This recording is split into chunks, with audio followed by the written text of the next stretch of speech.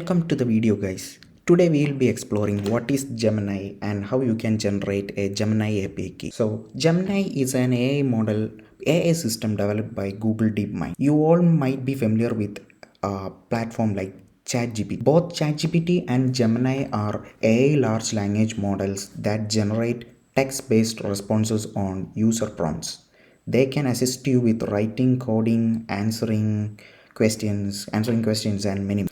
Let's see the platform itself. Here is the link to the Gemini portal itself. So this would look similar to ChatGPT.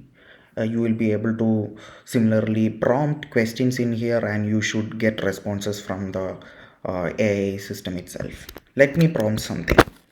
Translate hi to Spanish. Hola.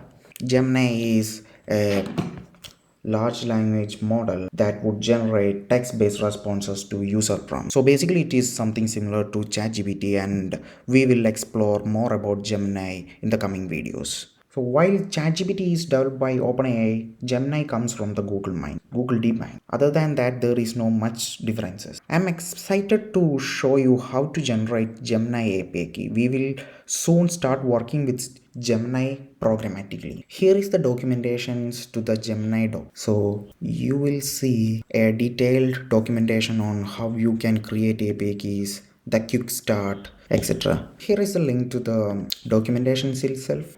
Gemini provides SDK support for the following languages: Python, Node.js, Go, Dart, Android, Swift, Web. And for all other languages, you can depend upon the rest. Let's see how we can create a Gemini API key and test it out. You can either go into the platform from here, or I have provided the link in here. Let me copy the link to the browser. You will see something similar. You will need to click on the Get API key. So here you will see the list of API keys that you have generated.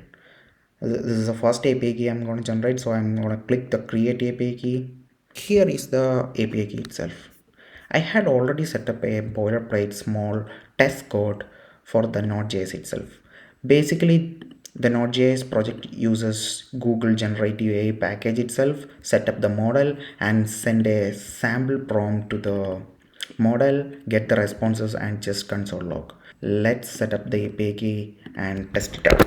We will keep the API key in a .env file and we will choose not to commit the .env file so that it's securely stored within the local system itself.